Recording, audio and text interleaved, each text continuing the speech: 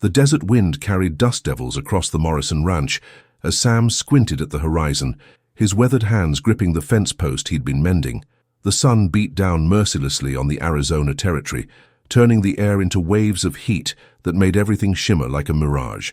His cattle huddled in what little shade they could find near the creek that ran through his property, the same creek that had saved his life 15 years ago when he'd first staked his claim on this unforgiving land. "Papa, the water trough by the north pasture is running low again," Anna called out as she approached on horseback, her dark hair braided down her back, glistening with sweat. At 18, she moved with the fluid grace of someone raised in the saddle, equally comfortable with a lasso or a rifle. Sam watched her dismount with the practiced ease that always made him proud, though something in her movements reminded him of things he tried not to think about. "I'll ride out and check the pump after I finish here," Sam replied, wiping his brow with his sleeve. "Maria's got dinner waiting, and you know how she gets when we're late." Anna laughed, a sound that had been the brightest part of Sam's days for 15 years. "She threatened to feed it to the chickens if we don't come in soon. I told her you'd rather eat dust than miss her enchiladas." Their easy banter was interrupted by the sound of approaching hoofbeats, not the familiar rhythm of their ranch hands returning from the range, but something more urgent. Sam's hand instinctively moved to the colt at his hip as 3 riders emerged from the heat haze, moving fast and kicking up a cloud of dust. "Get behind the water trough," Sam ordered quietly, his voice carrying the authority that had kept them alive on the frontier. Anna obeyed without question, her own hand moving to the Winchester rifle she carried everywhere. They'd survived Apache raids, cattle rustlers, and claim jumpers by staying alert and trusting each other completely. The riders pulled up about 50 yards from the ranch house, close enough to talk but far enough to wheel and run if needed. Sam could see they were Apache, 2 young braves and an older scout, all armed but not in war paint. The older man raised his hand in the universal gesture of peace, but his eyes were scanning the ranch with the intensity of a hawk studying its prey. "What brings you to my land?" Sam called out, his voice steady despite the tension coiling in his gut. He'd learned enough Apache over the years to get by, but these conversations always carried the weight of life and death. The scout nudged his horse forward slightly, his gaze fixed not on Sam but on Anna, who had risen from behind the trough with her rifle ready. Something changed in the man's expression, a flicker of recognition that made Sam's blood run cold. "You are Morrison," the scout said in heavily accented English, "the one who raises cattle by the singing water." "I am, and you're trespassing on my property." The scout's eyes never left Anna. "The girl, where did you find her?" Sam's heart hammered against his ribs.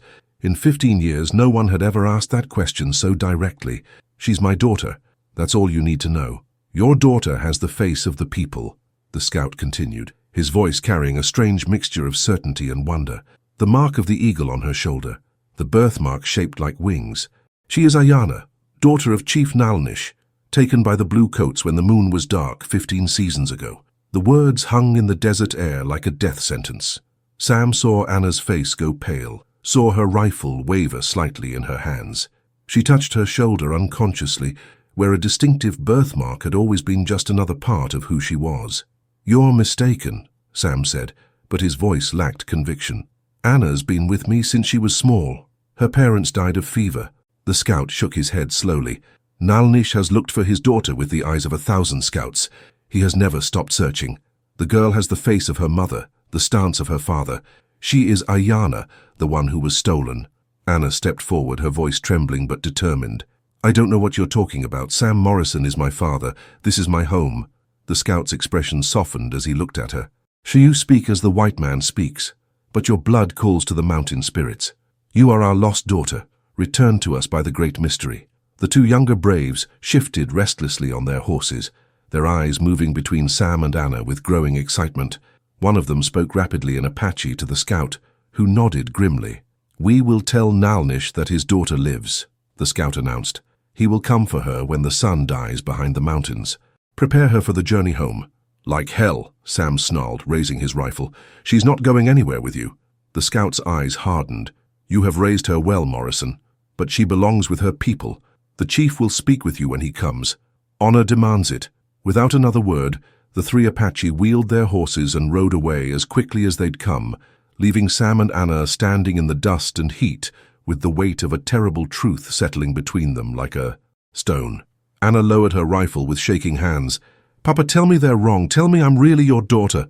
Sam looked into her dark eyes, eyes that had never looked quite like his own, and felt 15 years of carefully constructed lies crumbling around him like a house of cards in a windstorm.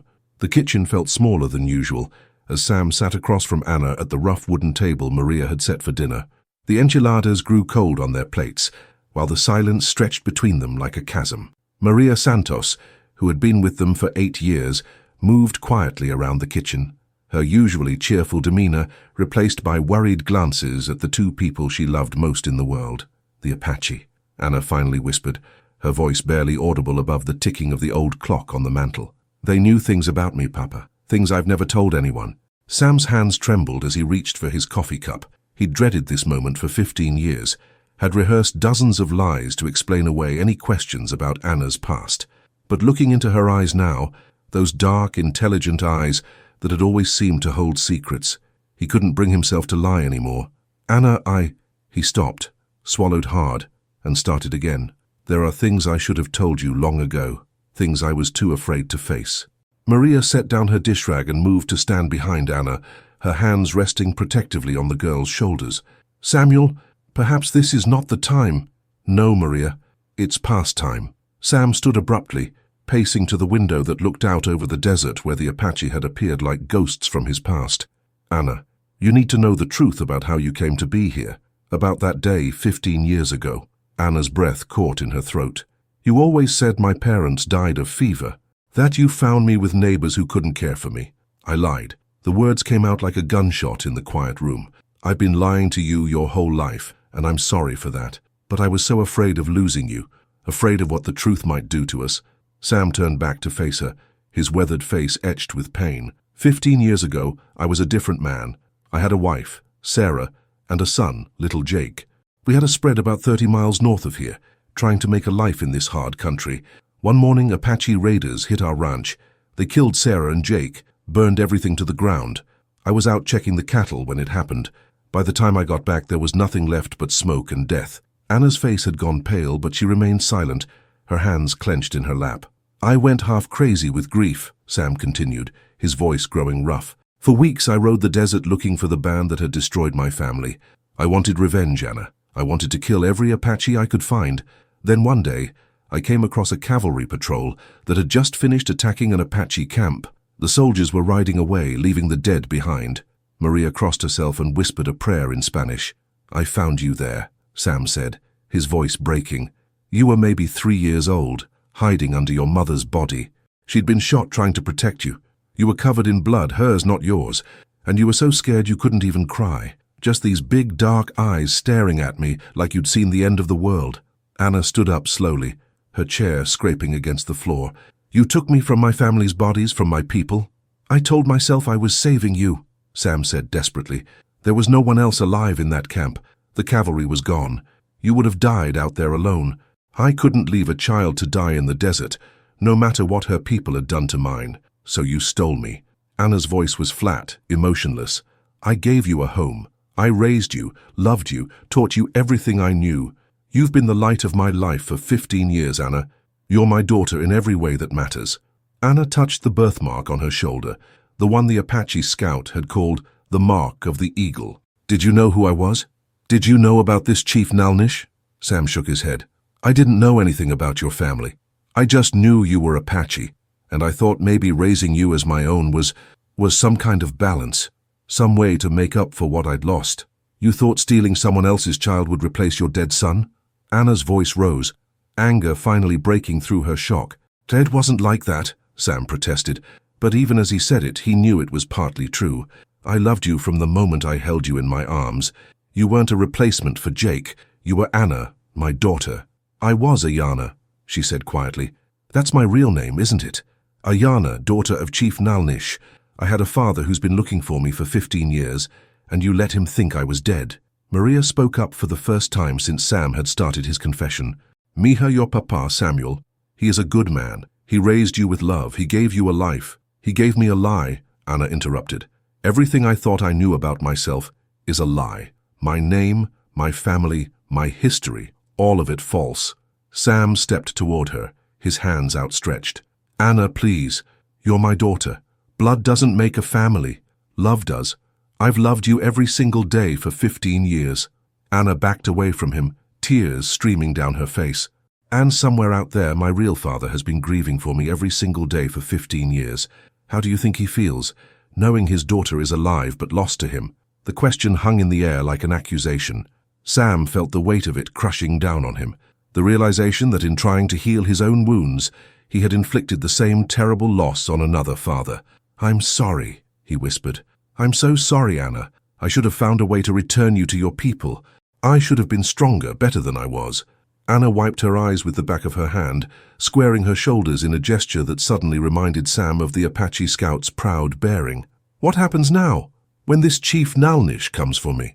"I don't know," Sam admitted, "but I won't let them take you against your will. You're 18 now, old enough to make your own choices." "Am I?" Anna asked, her voice filled with uncertainty. "How can I choose between two fathers, two families, two lives? I don't even know who I really am anymore." Outside, the desert wind picked up, rattling the windows and carrying the scent of sage and dust. Somewhere in that vast wilderness, Chief Naalnish was riding toward them, coming to reclaim a daughter he'd lost 15 years ago. And here in this kitchen, surrounded by the only family she'd ever known, Anna Aiyana stood at the crossroads of two worlds, trying to understand how love and loss could be so inextricably intertwined. The sun was setting behind the mountains, painting the desert sky in shades of crimson and gold when the Apache arrived. Sam stood on his porch, rifle in hand, watching as more than a dozen riders approached his ranch. They moved with the fluid precision of warriors, but they came in peace. No war paint, no weapons drawn, their horses walking rather than charging. At their head rode a man Sam recognized immediately, though they had never met. Chief Naalnish sat his horse with the dignity of a man who had led his people through decades of war and loss. His face was deeply lined, his long grey hair braided with strips of leather and small bones. But it was his eyes that struck Sam most. Dark, intelligent eyes that looked exactly like Anna's. Anna stood beside Sam on the porch, her hands trembling slightly as she watched her biological father approach. She wore her best dress, the blue one Maria had made for her 18th birthday, and her dark hair was braided in the style Sam had taught her years ago. But now, seeing her next to the Apache riders, Sam couldn't help but notice how naturally she seemed to belong among them. "Stay close to me," Sam murmured, but Anna shook her head. "No, Papa. I need to hear what he has to say. I need to understand who I really am." The Apache riders stopped about 20 feet from the porch, their horses stamping and snorting in the evening heat. Chief Naalnish dismounted slowly, his movements careful but still strong despite his age. He walked forward alone, his hands empty and visible, a gesture of respect that wasn't lost on Sam. "Morrison," the chief said, his English heavily accented but clear. "I am Naalnish of the Chiricahua Apache. You know why I come." Sam nodded, not trusting his voice. Up close, the resemblance between the chief and Anna was unmistakable. They had the same proud bearing, the same way of tilting their heads when listening, the same fierce intelligence in their eyes. "I know," Sam finally managed, "and I know what you want. But she's been my daughter for 15 years. She doesn't know your ways, doesn't speak your language. This is her home." Naalnish's gaze shifted to Anna, and Sam saw the chief's stoic expression crack for just a moment. Pain, longing, and desperate hope flickered across his weathered features. "Aiyana," he said softly, using her Apache name. "My daughter, I have searched for you since the day the blue coats took you from us. I have never stopped believing you were alive." Anna stepped forward, her voice steady despite the tears in her eyes. "I'm sorry, I don't remember you. I don't remember any of it." "You were very small," Naalnish said gently. "But you are my blood, my heart.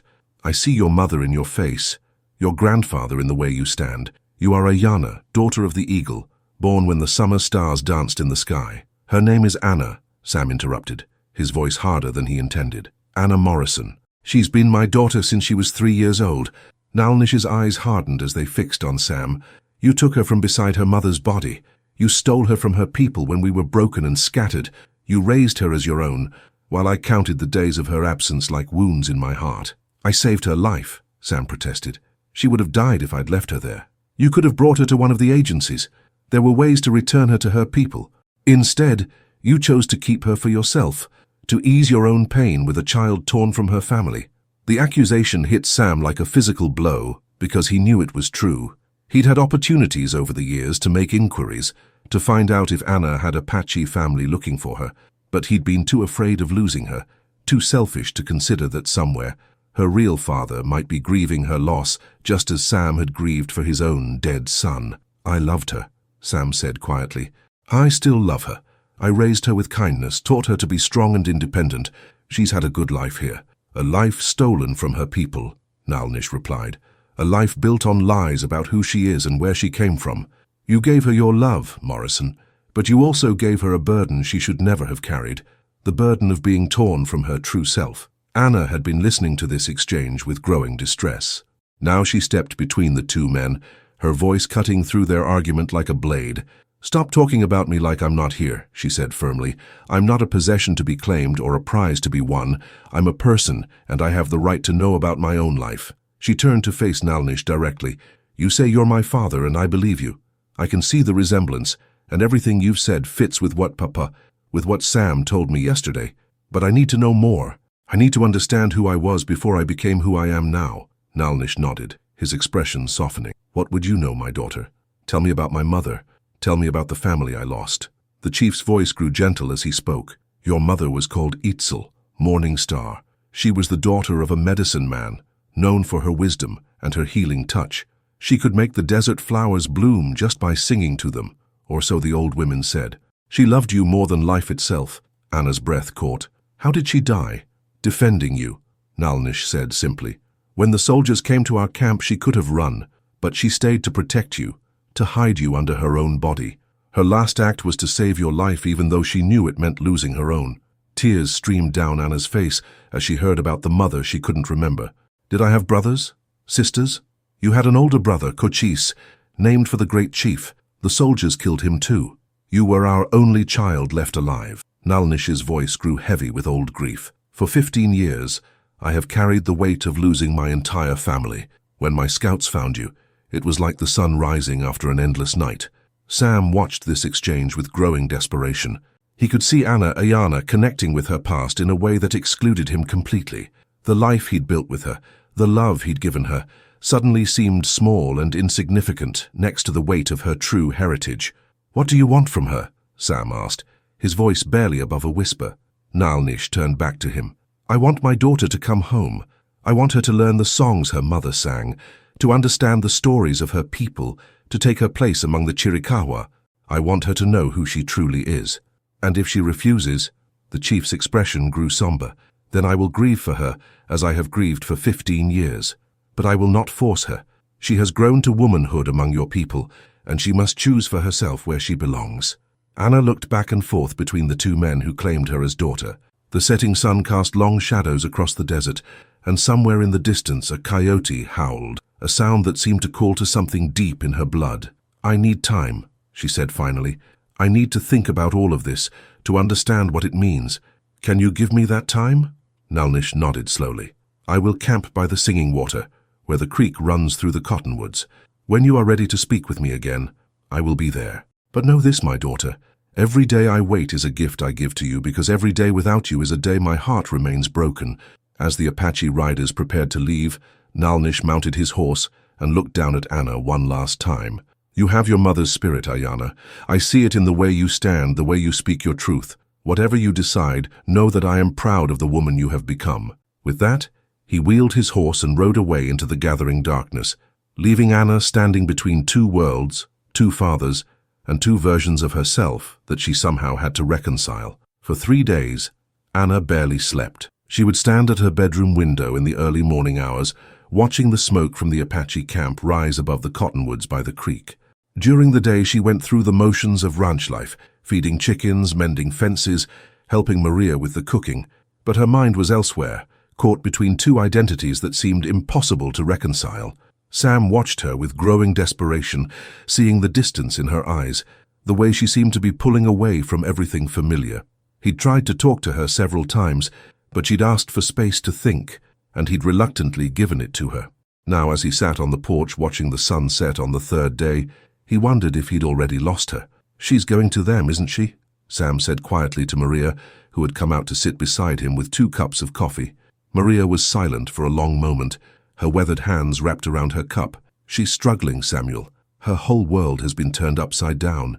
She needs time to understand what her heart is telling her. Her heart, Sam repeated bitterly. You think her heart is telling her to leave us? To leave everything we've built here? I think her heart is telling her she needs to know who she really is, Maria said gently. And you can't blame her for that. If someone told you that you'd been living a lie your whole life, wouldn't you want to know the truth? Sam took a sip of his coffee, grimacing at the bitter taste. I never lied to her about the important things. I told her I loved her every day. I taught her to be strong, to think for herself, to stand up for what's right. Those weren't lies. No, they weren't, but her name was a lie. Her history was a lie. Her understanding of why she looks different from us, why she sometimes dreams in a language she doesn't remember speaking, all of that was built on lies. Before Sam could respond, they heard the creak of the front door. Anna emerged from the house, dressed in riding clothes and carrying her rifle. But something was different about her appearance. She'd braided her hair differently, in a style that looked more like what Sam had seen the Apache women wear. I'm going to ride out and talk to him, Anna announced, her voice steady but strained. I need to hear more about who I was before I became who I am. Sam stood up quickly. Anna, wait. Let me come with you. No, Papa. This is something I need to do alone. The word Papa hit Sam like a physical blow, because he could hear the distance in it now, the uncertainty. For 15 years, she'd called him Papa, with complete trust and love. Now it sounded like a question she wasn't sure how to answer. At least take Maria with you, Sam pleaded. I don't want you going alone. I'll be fine. Chief Naalnish isn't going to hurt me. I'm his daughter, remember? The words came out more sharply than she'd intended, and Sam flinched. Hannah's expression softened slightly. I'm sorry, I didn't mean it like that. I need to understand what I'm choosing between.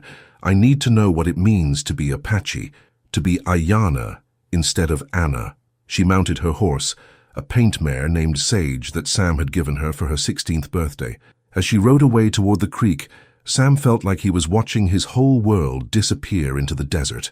Hannah found Chief Naalnish sitting beside a small fire, alone except for 2 younger men who stood guard at a respectful distance. He looked up as she approached, and she saw his face light up with something between hope and joy.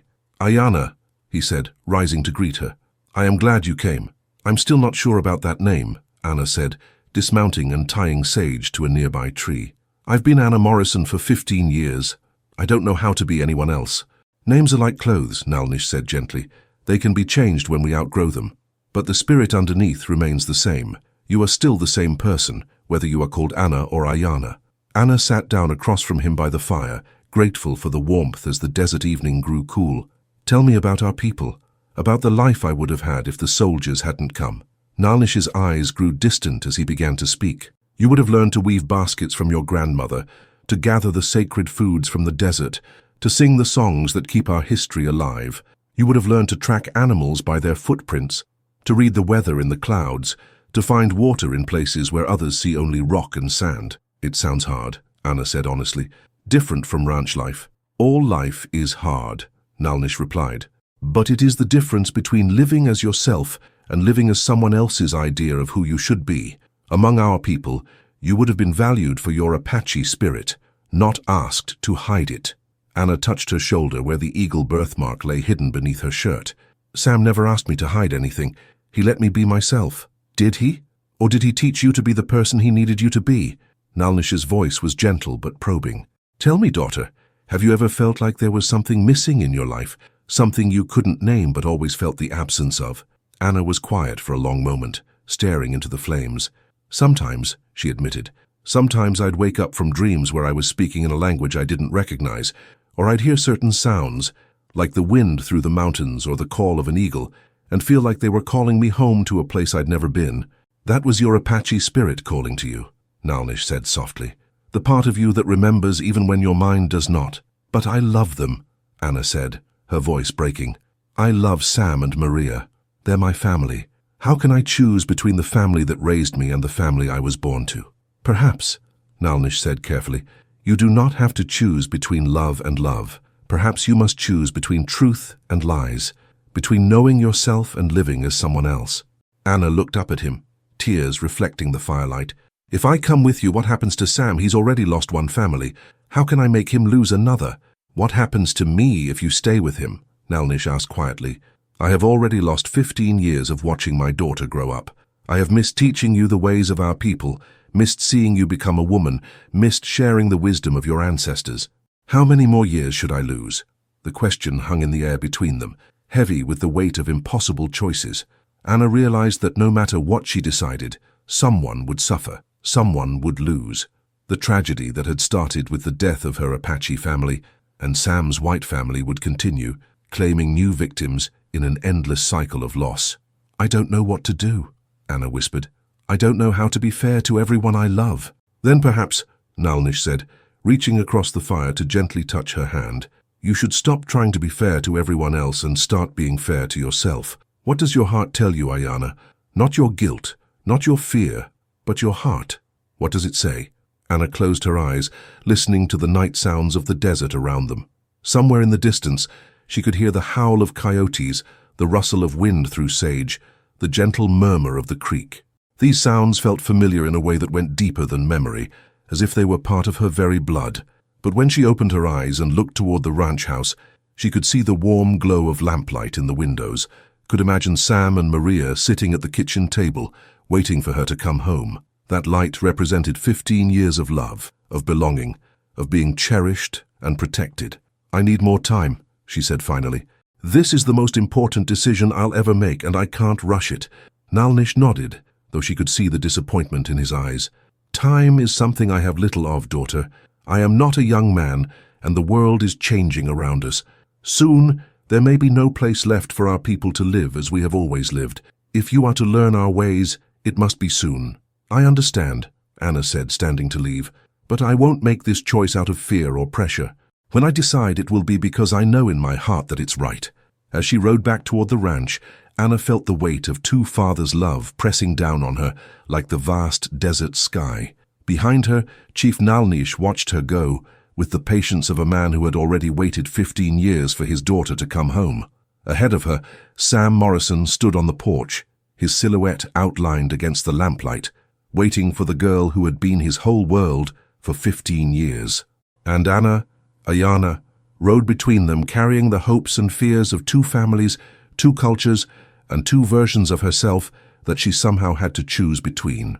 The fourth morning dawned grey and overcast, with storm clouds gathering over the mountains. Anna stood in the cemetery behind the ranch house, looking down at the two weathered wooden crosses that marked the graves of Sarah and Jake Morrison, the wife and son Sam had lost 15 years ago. She'd been coming here since she was small, bringing wildflowers in spring and keeping the graves tidy, never knowing that their deaths were connected to her own story. I used to talk to them, Anna said quietly, as Sam approached from behind. I used to tell them about school, about the horses, about anything that was troubling me. I thought they were listening, looking out for us from heaven. Sam stopped beside her, his hat in his hands. Maybe they were. Maybe they still are. I understand now why you took me, Anna continued. I understand the pain you were in, how desperate you must have been for something to fill the hole they left behind. I don't blame you for that, Papa. I can't blame a grieving man for trying to heal his heart. But you're leaving anyway. It wasn't a question. Anna turned to face him, tears streaming down her cheeks. I have to, not because I don't love you, but because I need to know who I really am. For 15 years I've been living someone else's life, even if it was a good life, a life filled with love. But I can't keep living a lie. Sam's shoulders sagged, as if the weight of this moment was finally crushing him. I know, he whispered. I've known since the moment that Apache scout looked at you and called you by your real name. I've been selfish, asking you to choose between your two fathers. The truth is, there's no choice to make. What do you mean? You belong with your people, Anna, Aiyana. You always have. I was just too afraid to admit it. Sam's voice cracked as he spoke.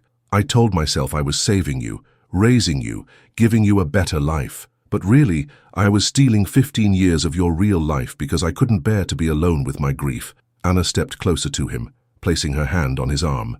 You did save me, Papa. You gave me love when I had nothing. You taught me to be strong, to think for myself, to stand up for what's right. Those lessons will go with me wherever I go. Will they be enough? Sam asked desperately. Will they be enough to help you survive in a world so different from this one? I don't know, Anna admitted, but I have to try. Chief Naalnish is right.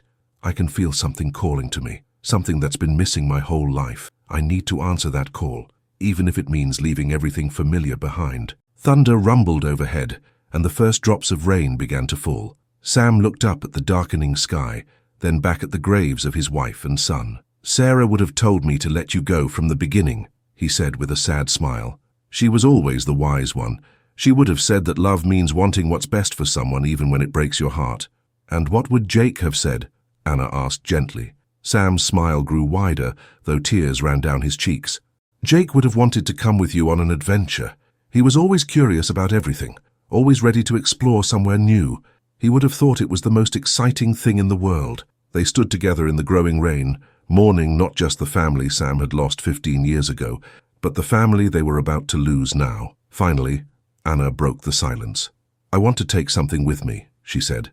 "Something to remember you by." Sam reached into his vest pocket and pulled out a small silver locket, the one Sarah had worn on their wedding day. "This was your Mama Sarah's.